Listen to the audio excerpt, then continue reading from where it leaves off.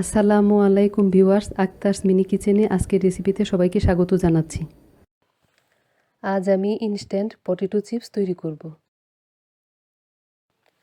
Potato chips তৈরি করার জন্য আমি এখানে 3টি বড় সাইজের আলু নিয়েছি।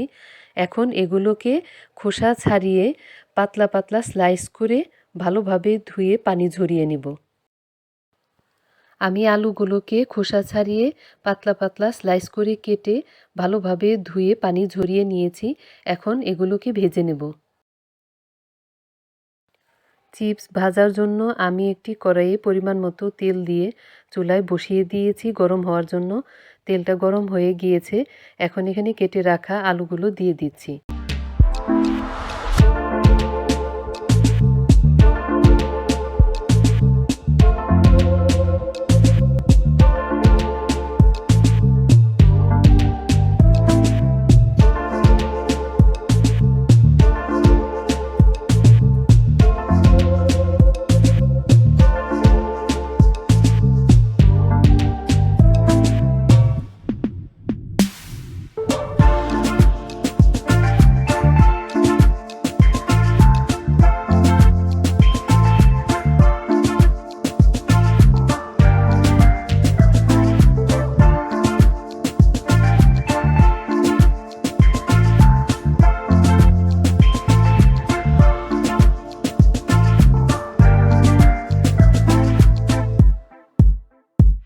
চুলার আঁচ মিডিয়ামের চাইতে কম করে দিয়েছি।